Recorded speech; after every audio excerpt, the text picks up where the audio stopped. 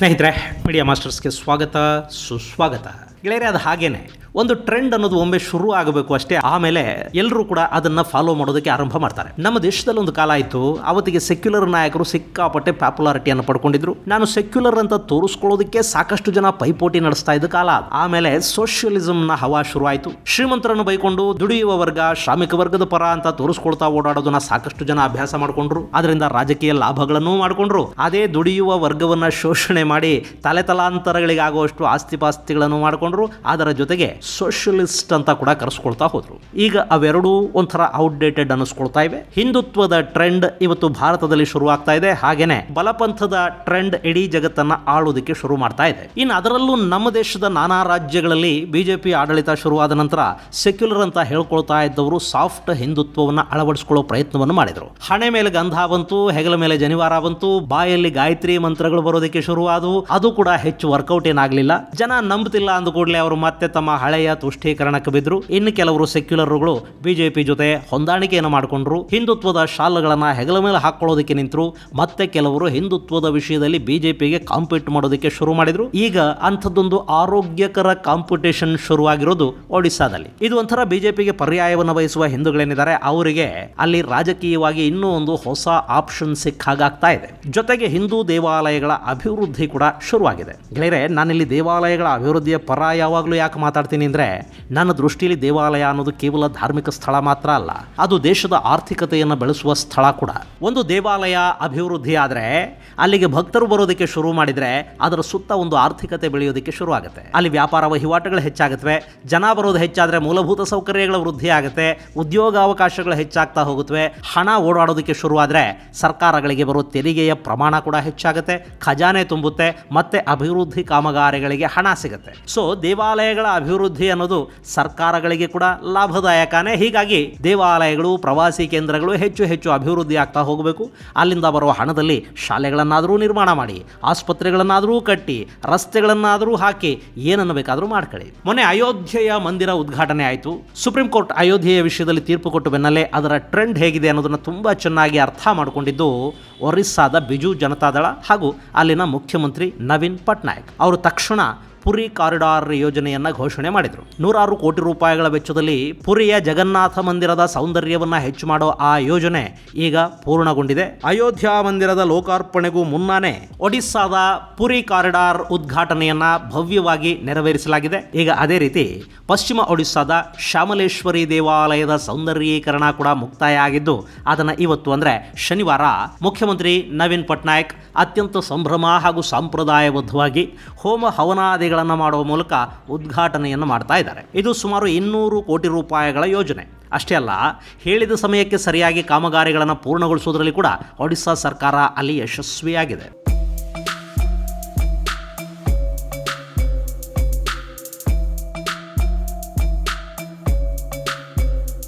ಗೆಳೆಯರೆ, ಒಡಿಸ್ಸಾದ ಕರಾವಳಿ ಪ್ರದೇಶದಲ್ಲಿ ಹೇಗೆ ಪುರಿ ಜಗನ್ನಾಥನ ದೇವಾಲಯಕ್ಕೆ ಮಹತ್ವ ಇದೆಯೋ ಹಾಗೇನೆ ಪಶ್ಚಿಮ ಒಡಿಸ್ಸಾದಲ್ಲಿ ಶ್ಯಾಮಲೇಶ್ವರಿಗೆ ವಿಪರೀತ ಪ್ರಮಾಣದ ಭಕ್ತರಿದ್ದಾರೆ. ಒಡಿಸ್ಸಾ ಒಂದೇ ಅಲ್ಲದೆ ಛತ್ತೀಸ್ಗಢ ಹಾಗೂ ಜಾರ್ಖಂಡ್ಗಳಲ್ಲಿ ಕೂಡ ಶ್ಯಾಮಲಾ ಮಾತೆಯ ಭಕ್ತರಿದ್ದಾರೆ. ಪಶ್ಚಿಮ ಒಡಿಸ್ಸಾದ ಸಂಬಲ್ಪುರದಲ್ಲಿ ಮಹಾನದಿಯ ದಂಡೆಯ ಮೇಲೆ ಅತ್ಯಂತ ಪುರಾತನ ಶ್ಯಾಮಲಾ ನದಿಯ ಮಂದಿರ ಇದೆ. ಈ ಪಶ್ಚಿಮ ಒರಿಸ್ಸಾ ಹಾಗೂ ಪೂರ್ವ ಭಾಗದ ಛತ್ತೀಸ್ಗಢ ಪ್ರದೇಶವನ್ನ ಒಂದು ಕಾಲಕ್ಕೆ ಹೀರಾಖಂಡ್ ಅಂತ ಕರೀತಾ ಇದ್ರು. ಇನ್ನು ಸಂಬಲ್ಪುರಕ್ಕೆ ಕೂಡ ತುಂಬಾ ಪುರಾತನ ಇತಿಹಾಸನೇ ಇದೆ. ಶಕಪೂರ್ವದ ಕಾಲದಲ್ಲಿ ಸಂಬಲ್ಪುರದಿಂದ ರೋಮ್ಗೆ ವಜ್ರಗಳನ್ನು ತಗೊಂಡು ಹೋಗಿ ಮಾರಾಟ ಮಾಡ್ತಾ ಇದ್ರಂತೆ. ಇನ್ನು ಈ ಸಂಬಲ್ಪುರವನ್ನ ಶಂಬಲಕ ಅಂತ ಟಾಲಮಿ ದಾಖಲಿಸಿದಾನೆ ಅಂತ ಹೇಳಲಾಗುತ್ತೆ. ಸೊ ಇದು ಶತಮಾನಗಳ ಇತಿಹಾಸವನ್ನ ಹೊಂದಿರುವ ಪ್ರದೇಶ. ಇಲ್ಲಿನ ಮಹಾನದಿಯ ದಡದಲ್ಲಿ ಒಂದು ಪುರಾತನ ದೇವಾಲಯ ಆಯಿತು. ಕಾಲಾಂತರದಲ್ಲಿ ಅದು ನಾಶ ಆಯಿತು. ಆ ನಂತರ 16ನೇ ಶತಮಾನದಲ್ಲಿ ಈ ಭಾಗವನ್ನು ಆಳ್ತಾ ಇದ್ದ ಚೌಹಾಣ್ ವಂಶದ ದೊರೆ ರಾಜ ಬಲರಾಮ ದೇವನ ಕನಸಲ್ಲಿ ಮಾತೆ ಶ್ಯಾಮಲೆ ಕಾಣಿಸ್ಕೊಂಡ್ಲು. ಮಹಾನದಿಯಲ್ಲಿ ತಾನಿರೋದಾಗಿ ಆಕೆ ತಿಳಿಸಿದ್ಲಂತೆ. ಆ ಕನಸಿನ ಆಧಾರದ ಮೇಲೆ ಆತ ಅಲ್ಲಿ ಹುಡುಕಿಸುವ ಕೆಲಸವನ್ನು ಶುರು ಮಾಡ್ತಾನೆ. ಮಹಾನದಿಯಲ್ಲಿ ಒಂದು ವಿಗ್ರಹ ಕೂಡ ಸಿಗುತ್ತೆ. ಅದನ್ನು ತಂದು 16ನೇ ಶತಮಾನದಲ್ಲಿ ಮಹಾನದಿಯ ದಂಡೆಯ ಮೇಲೆ ಈ ಬಲರಾಮ ದೇವ ಒಂದು ಮಂದಿರವನ್ನು ಕಟ್ಟಿಸ್ತಾನೆ. ಅದೇ ಇವತ್ತಿಗೂ ಕೂಡ ಅಲ್ಲಿರುವ ಶ್ಯಾಮಲಾದೇವಿಯ ಮಂದಿರ. ಅಲ್ಲಿಗೆ ಪ್ರತಿನಿತ್ಯ ಸಾವಿರಾರು ಭಕ್ತರು ಬರ್ತಾರೆ. ಪಶ್ಚಿಮ ಒಡಿಸ್ಸಾದ ಜನರ ಅತಿ ದೊಡ್ಡ ಶ್ರದ್ಧಾ ಕೇಂದ್ರಗಳ ಪೈಕಿ ಪೈಕಿ ಇದು ಕೂಡ ಒಂದು. ಈ ದೇವಾಲಯದ ಅಭಿವೃದ್ಧಿಗೆ ಈಗಲಿನ ಸರ್ಕಾರ ಸುಮಾರು 200 ಕೋಟಿ ರೂಪಾಯಿಗಳನ್ನು ಖರ್ಚು ಮಾಡಿದೆ. ಮಂದಿರದ ಸುತ್ತ ರಸ್ತೆಗಳನ್ನು ಅಗಲ ಮಾಡಲಾಗಿದೆ, ಪರಿಕ್ರಮ ಮಾರ್ಗವನ್ನು ನಿರ್ಮಾಣ ಮಾಡಿದ್ದಾರೆ, ಹಾಗೆ ಮಂದಿರದ ಸೌಂದರ್ಯವನ್ನು ಕೂಡ ಮತ್ತಷ್ಟು ಹೆಚ್ಚು ಮಾಡಲಾಗಿದೆ ಮತ್ತು ಅಲ್ಲಿಗೆ ಬರೋ ಶ್ರದ್ಧಾಳುಗಳಿಗೆ ಬೇಕಾದ ಸಾಕಷ್ಟು ವ್ಯವಸ್ಥೆಗಳನ್ನು ಒಡಿಸ್ಸಾದ ಸರ್ಕಾರ ಮಾಡಿದೆ. ಈಗ ಅದರ ಉದ್ಘಾಟನೆಯನ್ನ ಒಡಿಸ್ಸಾ ಮುಖ್ಯಮಂತ್ರಿ ಬಿಜು ಪಟ್ನಾಯಕ್ ಮಾಡ್ತಿದ್ದಾರೆ. ಈ ಉದ್ಘಾಟನಾ ಕಾರ್ಯಕ್ರಮದ ಅಂಗವಾಗಿ ಒಡಿಸ್ಸಾ ಸರ್ಕಾರ ಅಲ್ಲಿನ ಎಲ್ಲ ಶಾಲಾ ಕಾಲೇಜುಗಳಿಗೆ ರಜೆಯನ್ನು ಕೂಡ ಘೋಷಣೆ ಮಾಡಿದೆ.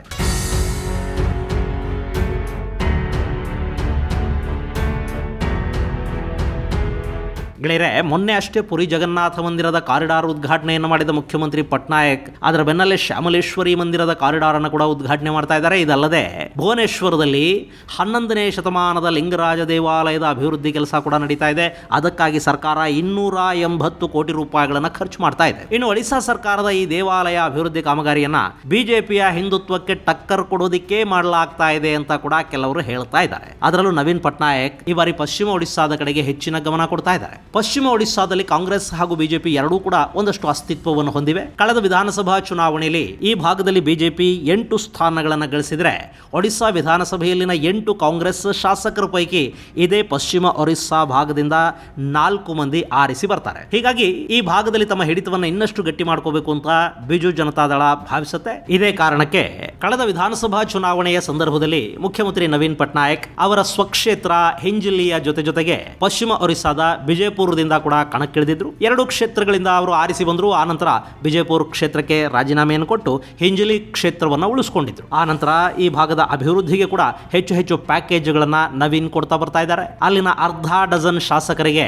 ತಮ್ಮ ಸಚಿವ ಸಂಪುಟದಲ್ಲಿ ಜಾಗ ಕೊಟ್ಟಿದ್ದಾರೆ. ಕಳೆದ ಜುಲೈ ತಿಂಗಳಲ್ಲಿ ಪಶ್ಚಿಮ ಒಡಿಸ್ಸಾಗೆ ಸುಮಾರು 2,000 ಮುಖ್ಯಮಂತ್ರಿ ಸಭಾಗೃಹ ಹೆಸರಿನ ಸರ್ಕಾರಿ ಕಲ್ಯಾಣ ಮಂಟಪಗಳನ್ನು ನಿರ್ಮಿಸಿಕೊಡೋ ಯೋಜನೆಯನ್ನು ಕೂಡ ಪಟ್ನಾಯಕ್ ಘೋಷಿಸಿದ್ದಾರೆ. ಒಟ್ಟಾರೆ ಪಶ್ಚಿಮ ಒರಿಸ್ಸಾದಲ್ಲಿ ತಮ್ಮ ಕೋಟೆಯನ್ನು ಭದ್ರ ಮಾಡಿಕೊಳ್ಳೋದಕ್ಕೆ ನವೀನ್ ಪಟ್ನಾಯಕ್ ಅವರ ಪಕ್ಷ ಎಲ್ಲ ಪ್ರಯತ್ನಗಳನ್ನು ಮಾಡ್ತಾ ಇದೆ. ಅದರ ಭಾಗವಾಗಿಯೇ ಶ್ಯಾಮಲೇಶ್ವರಿ ದೇವಾಲಯಕ್ಕೆ 200 ಕೋಟಿ ರೂಪಾಯಿಗಳ ಮೊತ್ತದ ಕಾಮಗಾರಿಗಳ ಭಾಗ್ಯ ಒದಗಿ ಬಂದಿದೆ ಅಂತ ಹೇಳಲಾಗ್ತಾ ಇದೆ.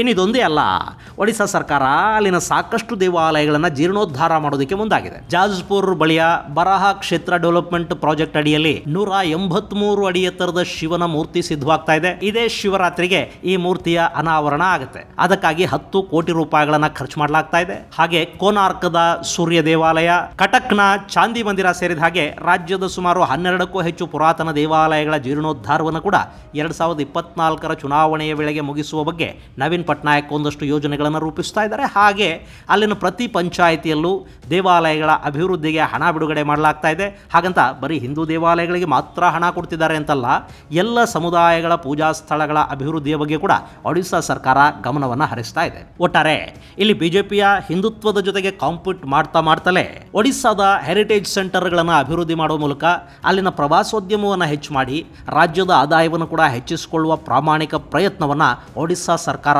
ಮಾಡ್ತಾ ಇರೋ ಹಾಗೆ ಕಾಣ್ತಾ ಇದೆ. ಒಟ್ಟಾರೆ ಒಂದು ರಾಮ ಮಂದಿರ, ಒಂದು ಕಾಶಿ ಕಾರಿಡಾರ್, ಒಂದು ಮಹಾಕಾಳ ಕಾರಿಡಾರ್, ಭಾರತದ ಇನ್ನಿತರ ರಾಜ್ಯಗಳಲ್ಲಿನ ಪುರಾತನ ದೇವಾಲಯಗಳ ಅಭಿವೃದ್ಧಿಯ ಬಗ್ಗೆ ಅಲ್ಲಿನ ಸರ್ಕಾರಗಳ ಕಣ್ಣನ್ನು ತೆರೆಸ್ತಾ ಇವೆ ಅಂತ ಹೇಳಿದ್ರೆ ಖಂಡಿತ ತಪ್ಪೇನಲ್ಲ. ಮತಗಳಿಗೆಗಾದರೂ ಮಾಡಲಿ, ಯಾವ ಕಾರಣಕ್ಕೆ ಬೇಕಾದರೂ ಮಾಡಲಿ, ಅಂತೂ ದೇಶದ ಐತಿಹಾಸಿಕ ಸ್ಥಳಗಳು, ದೇವಾಲಯಗಳನ್ನು ಕಾಪಾಡುವ, ಅಭಿವೃದ್ಧಿಗೊಳಿಸುವ ಕೆಲಸ ನಡೆದ್ರೆ ಅಷ್ಟು ಸಾಕು. ಇನ್ನು ನಮ್ಮ ಕರ್ನಾಟಕದಲ್ಲಿ ಕೂಡ ಹಾಗೆ ಅಭಿವೃದ್ಧಿ ಮಾಡಬಹುದಾದ, ಮಾಡಲೇಬೇಕಾದ ಸಾಕಷ್ಟು ಸ್ಥಳಗಳಿವೆ. ಬಿಜೆಪಿ ಅಯೋಧ್ಯೆಯಲ್ಲಿ ರಾಮ ಮಂದಿರವನ್ನು ರಾಜಕೀಯವಾಗಿ ಬಳಸ್ಕೊಳ್ತಾ ಇದೆ ಅನ್ನೋ ಆರೋಪವನ್ನು ಮಾಡ್ತಾ ಕೂತ್ಕೊಳ್ಳೋ ಬದಲು ಕಿಷ್ಕಿಂಧೆಯ ಹನುಮ ಜನ್ಮಸ್ಥಾನವನ್ನು ಅಭಿವೃದ್ಧಿ ಮಾಡುವ ಮೂಲಕ ರಾಮ ಕಾಲಿಟ್ಟ ಕರ್ನಾಟಕದ ಪ್ರದೇಶಗಳನ್ನು ರಾಮಕ್ಷೇತ್ರಗಳನ್ನಾಗಿ ಬೆಳೆಸೋ ಮೂಲಕ ನಮ್ಮಲ್ಲಿ ಅತ್ಯಂತ ಪುರಾತನ ಮತ್ತು ಐತಿಹಾಸಿಕ ದೇವಾಲಯಗಳನ್ನು ಅಭಿವೃದ್ಧಿ ಮಾಡಿ ಅಲ್ಲಿಗೆ ಪ್ರವಾಸಿಗರು ಹೆಚ್ಚು ಪ್ರಮಾಣದಲ್ಲಿ ಬರುವ ಹಾಗೆ ಮಾಡುವ ಮೂಲಕ ನಮ್ಮ ಕರ್ನಾಟಕ ಸರ್ಕಾರ ಕೂಡ ಒಂದೇ ಕೆಲಸದಿಂದ ಎರಡೆರಡು ಲಾಭಗಳನ್ನು ಮಾಡ್ಕೊಳ್ಳೋದಕ್ಕೆ ಸಾಧ್ಯ ಆಗುತ್ತೆ. ಆ ಬಗ್ಗೆ ನಮ್ಮ ಸರ್ಕಾರ ಯೋಚನೆ ಮಾಡುತ್ತಾ?